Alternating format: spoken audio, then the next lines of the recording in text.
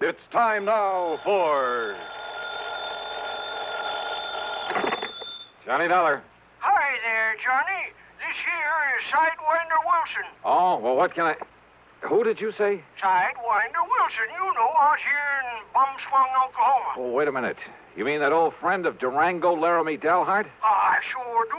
Unless you've forgotten it, I'm the man that helped you find Durango that time he disappeared. Sure, of course you did, Sidewinder. If it hadn't been for you, we'd never have found the old coat. Yes, sir. Well, what's on your mind? Well, if you should just happen to mosey out here to Bumswung, well, Johnny, I think I could show you something that'd make your eyes pop out all over your head. Sidewinder, is this an insurance matter? Now, you don't think I'd be calling on you if it wasn't, do you? What's it all about? Well, I'll tell you when you get here. Well, now, Sidewinder, I'll be waiting for you at Durango's ranch. So long, Johnny. Well, now, wait a minute. Sidewinder.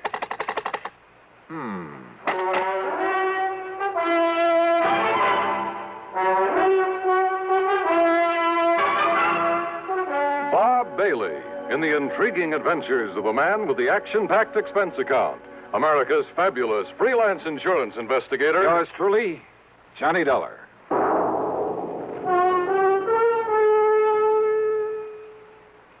With your permission, we'd like to talk shop for just a moment. CBS Radio Shop.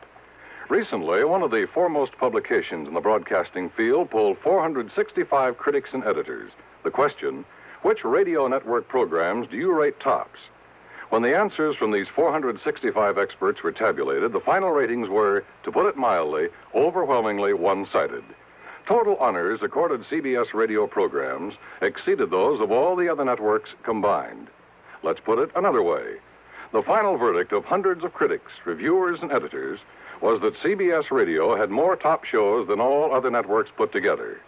CBS Radio was pleased, naturally, at the result of the poll, but not surprised. Great programming is no accident. It's long been a policy of this network to devote every effort to maintaining highest broadcast standards, to making sure CBS Radio listeners hear the best entertainment, the most authoritative information. Whatever listening fare is for you, you can be sure you're hearing the best when you're tuned to CBS Radio. And now, Act One of yours truly, Johnny Dollar.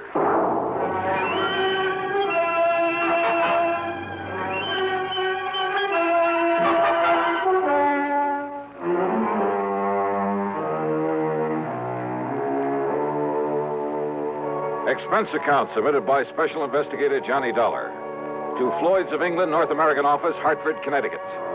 Following is an account of expenses incurred during my investigation of the Fairweather friend matter.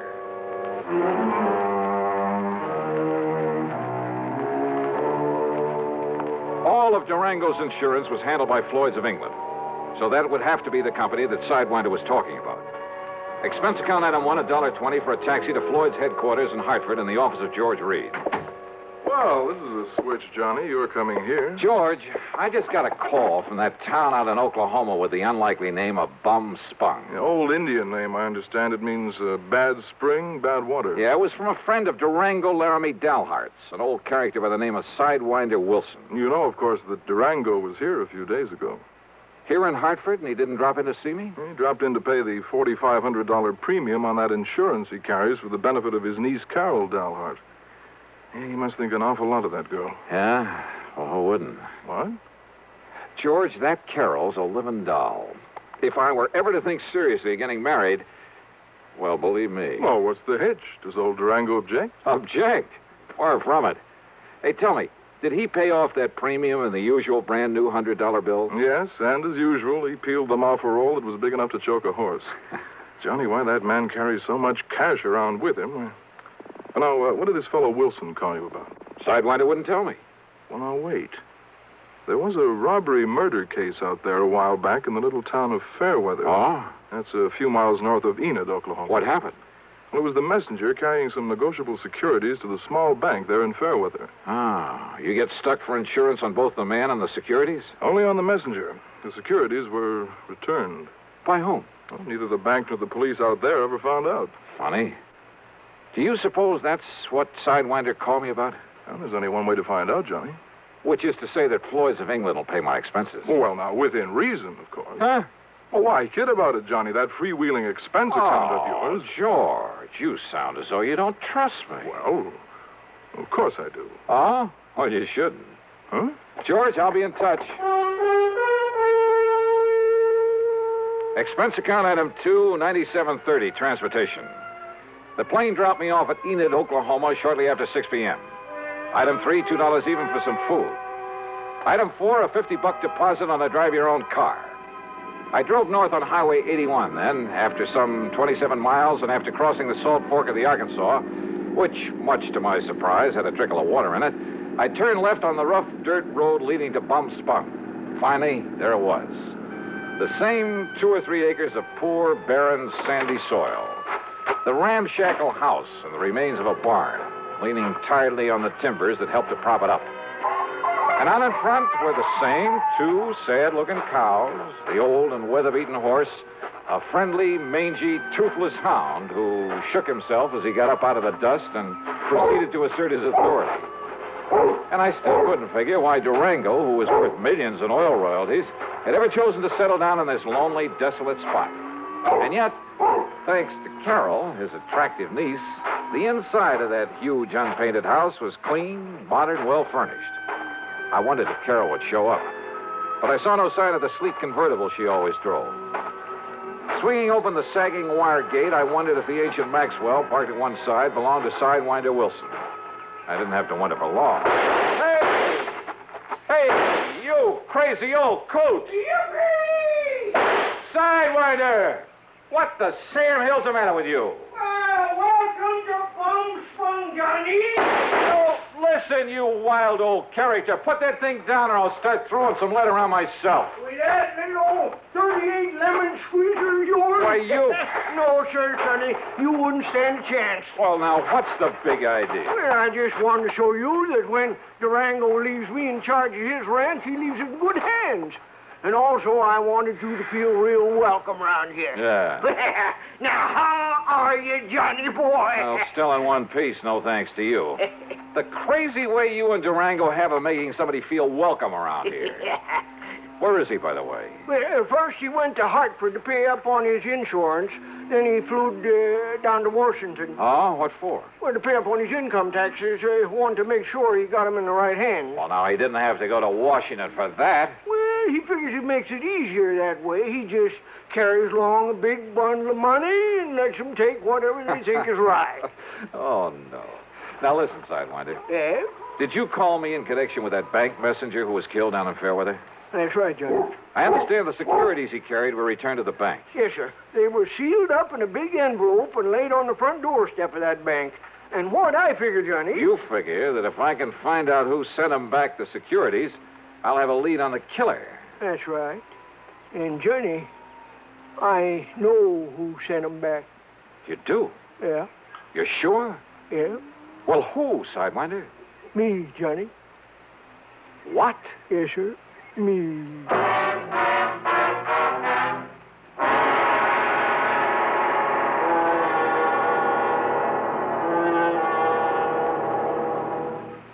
Act 2 of yours truly, Johnny Dollar, in a moment. Are you going to write that letter today or put it off until tomorrow, or maybe the day after? How about that spring suit you plan to have altered? Will you take it to the tailor tomorrow morning bright and early, or will the week somehow glide by while the suit just hangs on in your closet? If you're a confessed procrastinator, you're not unique. The putting off habit can be mild or chronic, but some matters, serious matters, are highly dangerous to assign to mañana. One of the most important of these is getting protection from crippling, killing polio. When life-saving Salk vaccine was first introduced in 1955, it was hailed as a major medical discovery. Yet at the beginning of this current year, some 98 million Americans, the majority of our population, had not received even one inoculation. Why had all these people failed to take the simple measures necessary to gain protection from polio? If you were among them, this year, don't take a chance. Don't put off those polio shots any longer. Get in touch with your family doctor or local health department right away.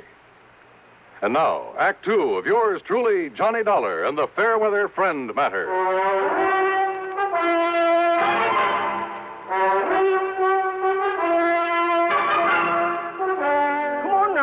Johnny, and I'll tell you about it. Now, just let me get this straight, Sidewinder. Huh? The bank messenger down there in Fairweather was held up and murdered. Yeah? The securities he carried were stolen by the killer. Then they were returned to the bank. That's right. And I'm the one who returned them. Sidewinder, you... Now, look.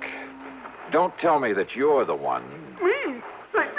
You think that I'm the one that killed that messenger? I didn't say that. Well, that's what you were thinking, ain't it? Well, you said yourself that whoever returned those securities... I said whoever left them back at the bank. Now, just you stand real still, Johnny. Oh, come on now. Put that thing down, And Sidewinder. don't you move none. Look, would you listen to me? And maybe you even better stop talking, or that Sidewinder rattlesnake coming toward you might take it into his head to... Easy now. Oh, yeah. I can hear him. Easy now, whilst I get a bead on him with this study. There you be. Right in one eye, not t'other.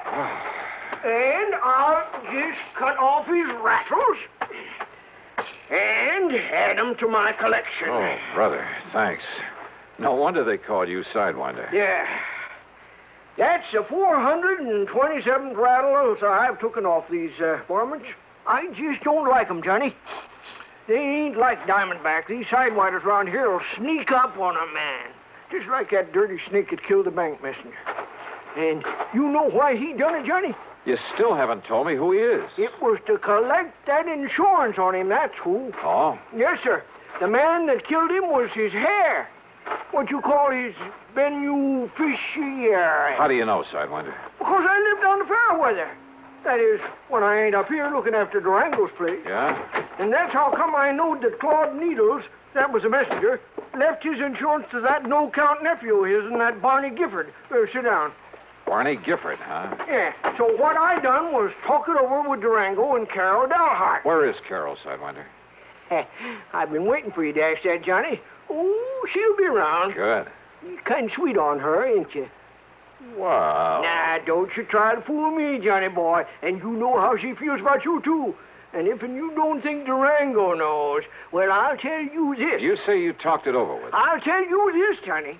Durango finds that you've been out here and went back to Hartford without hitching up with Carol. Sidewinder, would Well, you... I'll tell you this. He's liable to shotgun you into it if he catches you around here. Oh. And don't you try to tell me you wouldn't like being married to her, too. Sidewinder. Okay. So anyhow, me and Durango and Carol. Carol. Hi, Johnny. Oh, I'm glad to see you. Carol, I'm glad to see you. Oh, then don't you stand there. Give me a kiss. Oh, you think I need an engraved invitation? Come here. Oh, hi. Oh, don't stop, Johnny. It's been a long time. If Durango could see this. Oh, drop that, Sidewinder. Yes, sir. He'd have that shotgun out so fast. Oh, man. Oh, it's been an awful long time, Johnny. Oh, too long. I thought you were never coming back here. I'm here. Uh-huh. So let's make up for lost time. Oh, why not? Oh, come on now. Come on, you kid. Oh, it's good to see you. Johnny, don't you want to hear the rest of what I was... Yeah. Now, looky here. If you don't cut loose from each other there, you know what I'll do. I'll walk right out of here, and I'll go back to Fairweather. And I'll send a telegram to old Durango, and I'll tell him you two are making out like this all alone inside of his house. And if that don't bring him out here to get you two married... Oh, why don't you mind your own business? Well, I tell You you... old goat. Why don't you go somewhere and get lost? But that's it. I'm going right down to Fairweather and send him a telegram. No. Just settle down there, Sidewinder. I'll settle down, Johnny. With you. Anytime, any place. Oh, Carol, you're the only girl I know who makes me wish sometimes I was the marrying kind. But now listen. I'll bet I can make you the marrying kind, Johnny. You like to give me a chance, huh? Well, that settles it. I'm leaving right now. No, you aren't, Sidewinder. Oh, let him go. Let's just be sensible for a minute, will I you? was trying to, Johnny. I mean about this murder case. And when we finish talking about it? We'll see. Well, then let me tell you about it. It won't take me so long. And Sidewinder, you stop making those silly eyes or I'll let you have one right between them. Well, I still think I ought to leave. So do I. But as long as you're already...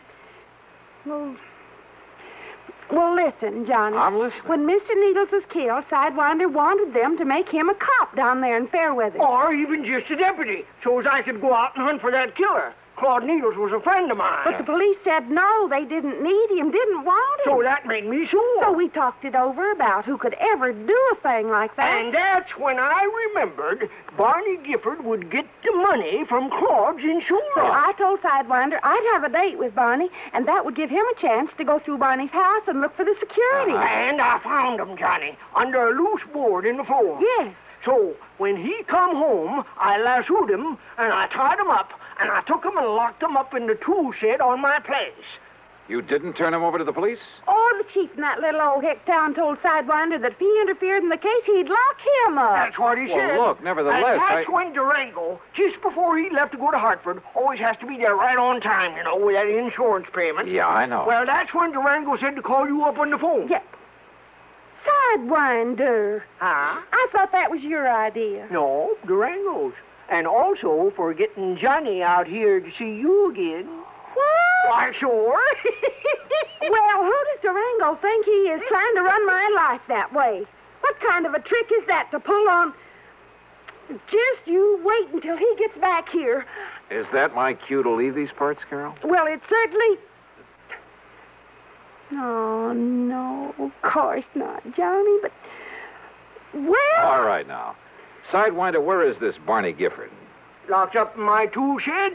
Well, who's looking after him? Oh, Pete Whaley, I told him not to let on to the police. You sure he can handle a man like Gifford? Oh, yes, Sidewinder. Well, I don't see why Hey, not. look, maybe we'd better drive on down there. Well, sure, but wait till I answer that phone. It's probably Durango saying to hold on to you, Johnny.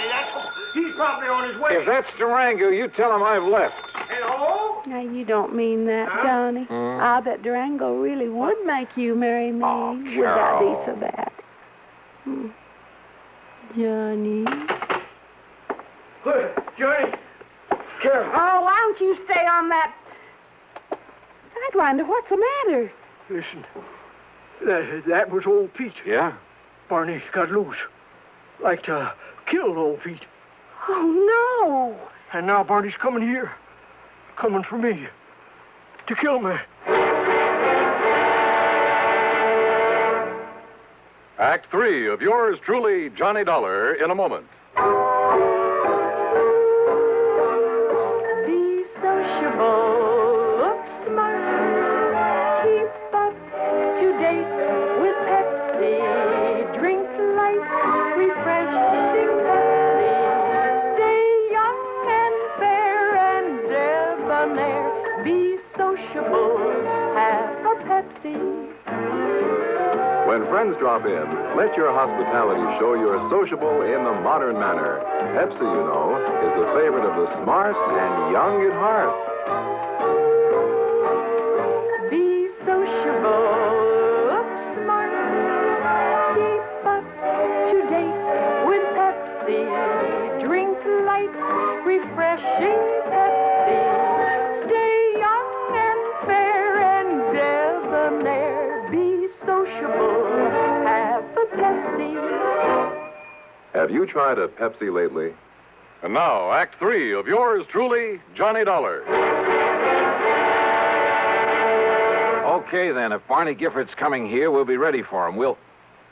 Sidewinder, you aren't afraid of him, are you? He's a bad one, Johnny. But if Sidewinder was able to subdue him before... Well, I caught him off guard, Johnny. He didn't have no gun then, but he has now. He took old Pete. And Barney's a deadly shot. It's the only good thing you can say about him. And don't you see, it's dark outside now. If we stay around here inside the house, we'll be like a flock of sitting ducks. Yeah, but I don't think we'll stay inside. You mean we'll just run away from him? No. How long ago did he get away from Pete? Well, Pete says it was more than an hour ago. Then we haven't any time to waste. What are you going to do, Johnny? I know what you're going to do, Carol. Yes? Get out of here. Go on back to Enid. Tell the police.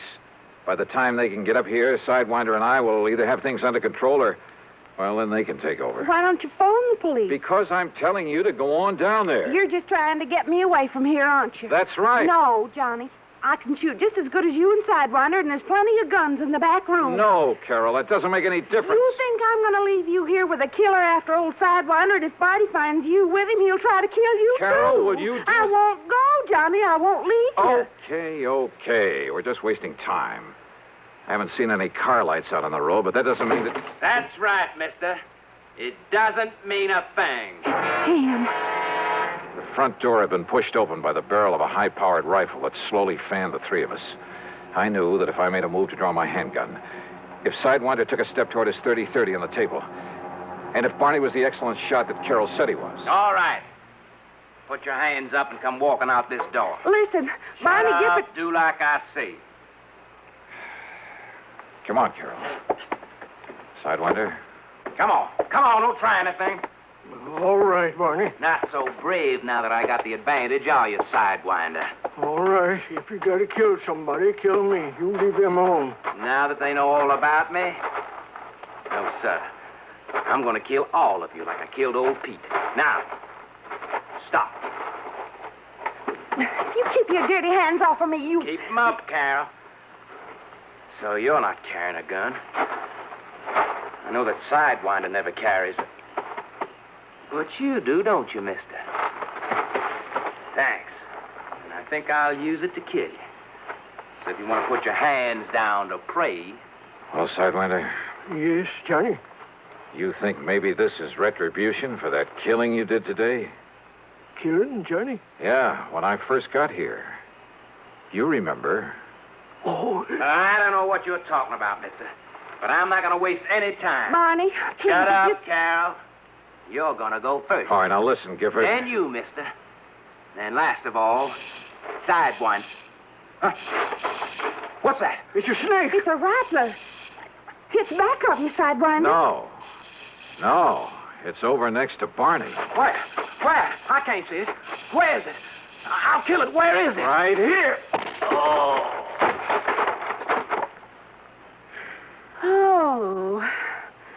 But that snake... Oh, thanks, Sidewinder. I'm sure glad I saved these rattles, Johnny. What? Yeah, so am I. But I never would have remembered them if you hadn't reminded me about killing that snake.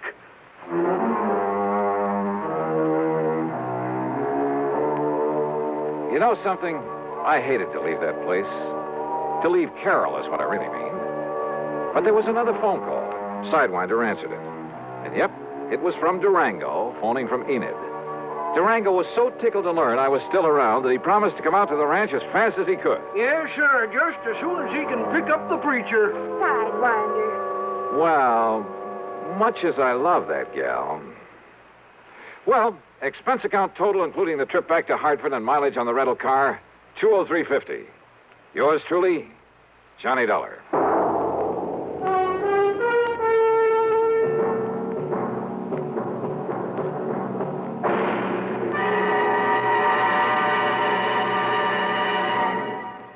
Our star will return in just a moment.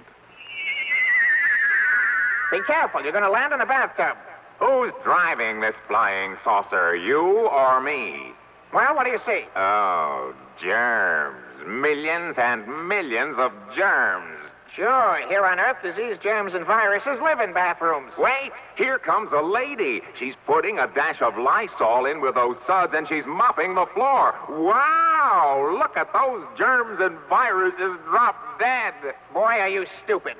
I thought all Martians knew that Lysol brand disinfectant kills disease, germs, and many deadly viruses on contact. Disinfects from one cleaning to the next as nothing else can. That's right. I remember my 7 grandmothers saying Lysol makes your favorite cleaner work better, including many that claim to sanitize. I'm sorry you learned to speak English by listening to commercials. And Lysol comes in regular or pine fragrance for as little as 29 cents. How much is that Martian money? Now, here is our star to tell you about next week's story. Next week, well, getting away from Durango Laramie Dalhart isn't as easy as you might think. Join us, won't you? Yours truly, Johnny Dollar. Yours truly, Johnny Dollar, starring Bob Bailey, originates in Hollywood and is written, produced, and directed by Jack Johnstone. Heard in our cast were Virginia Gregg, Junius Matthews, G. Stanley Jones, James McCallion and Bill James. Be sure to join us next week, same time and station, for another exciting story of yours truly, Johnny Dollar. This is Dan Cumberly speaking. Suspense is next over the CBS Radio Network. WROW, Albany, New York. 10, 10, 10. Yes, 10 hours of price-shattering bargains at Henry S. Mandel Furniture, 343 River Street, Troy. This merchandise must be sold at once, at savings to you of up to 87%. Mantel's was unable to extend their Latham store lease, so the stock from the Latham store has been moved to Mantel's main store in Troy. Save on famous brand merchandise, Haywood Wakefield, Kramer, Simmons, Norge, Motorola, and many more. Buy a $339.95 two-piece living room suite for $199.95. Or a $34.95 famous Make inner spring mattress for $17.88. Or a modern bedroom set, regularly $259.95, now $139.95.